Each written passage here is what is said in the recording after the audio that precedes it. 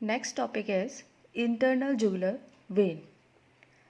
Internal jugular vein, direct continuation of sigmoid sinus, begins at the jugular foramen and ends behind the sternal end of the clavicle by joining the subclavian vein to form the brachiocephalic vein.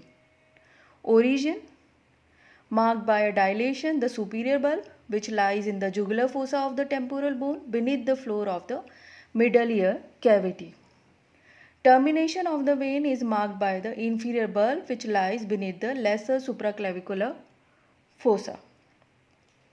Now, some relations of internal jugular vein. Superficial relations are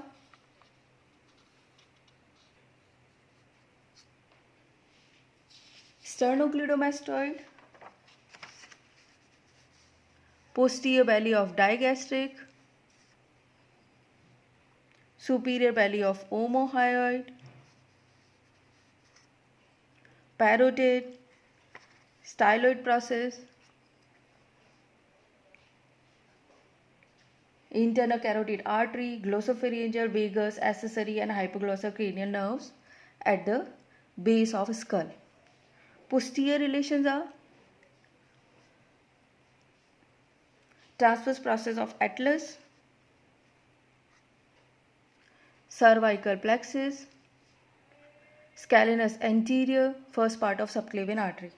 Medial relations are internal carotid artery, common carotid artery, vagus nerve. In this diagram we can see this is carotid triangle, internal jugular vein, common carotid artery, internal carotid artery, vagus nerve, glossopharyngeal nerve, hypoglossal nerve. Now, tributaries of this internal jugular vein.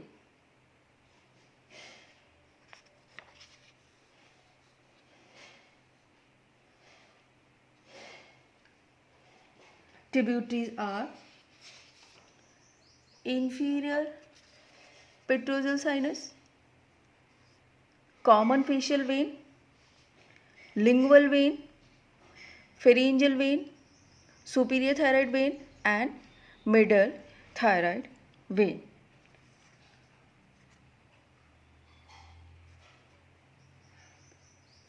So in this diagram we can see superior bulb of internal jugular vein, inferior bulb of internal jugular vein, common facial, inferior petrosal sinus, lingual vein, pharyngeal vein, superior thyroid vein, middle thyroid vein. Thoracic duct and right lymphatic duct. The thoracic duct opens into the angle of union between the left internal jugular vein and the left subclavian vein. The right lymphatic duct opens similarly on the right side.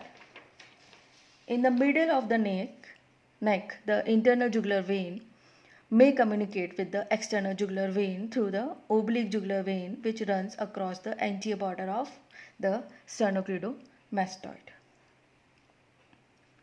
Now, some applieds. Deep to the lesser supraclavicular fossa,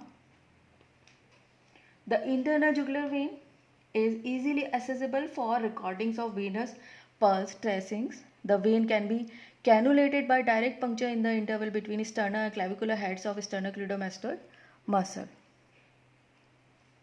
In congestive cardiac failure or any other disease where venous pressure is raised, the internal jugular vein is markedly dilated. So, this is all about internal jugular vein.